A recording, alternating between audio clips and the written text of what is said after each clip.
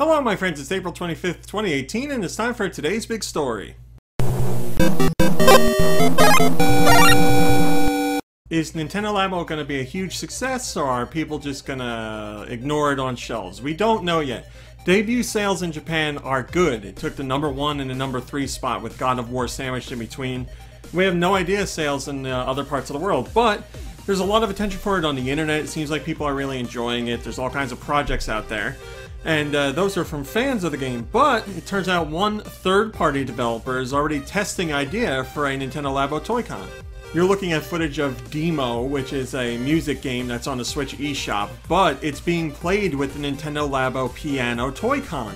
Now, that's not officially supported by Nintendo, obviously, but the developers behind this game have found that the Toy-Con piano makes a lot of sense for their music-based game. Usually you'd be touching the screen where the notes drop in, but playing them on the cardboard piano makes it a lot more interesting.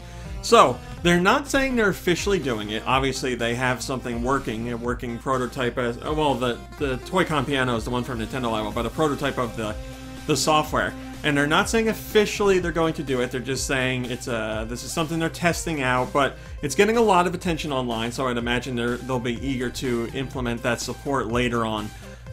They have version 1.2 of the game coming out soon. That's not going to include anything for Nintendo Labo, but they obviously put this out there to see if fans would be interested, and I think it's an awesome idea.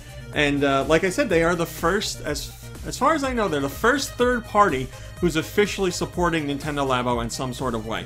I don't think they have to get Nintendo's approval for that. They're not going to sell anything related to Nintendo Labo. It's just like, hey, our game supports this accessory. It's just like any other game that comes out and says we support this controller and that controller. That's what Demo's doing.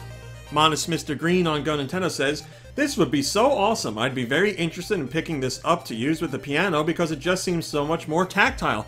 Yeah, using the touchscreen for rhythm games is fine. It gets the job done, but having that tactile response makes it a lot more enjoyable. At least I feel so. Modest Mr. Green feels so as well.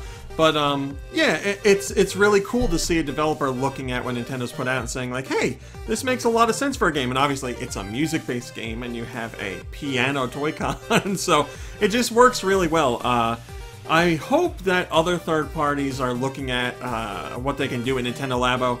I think it's all going to depend on how much it ends up selling, and like I said, we're far too early into the game's lifespan right now to know that. But early results are good, and if things keep going this way, then I'd imagine some third parties will be like, hey, we should support this stuff.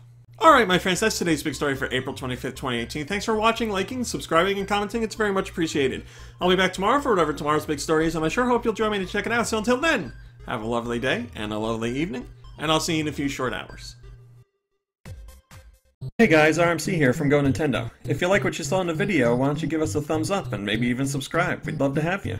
If you want to see what else we're up to, you can check out GoNintendo.com for 24-hour Nintendo news.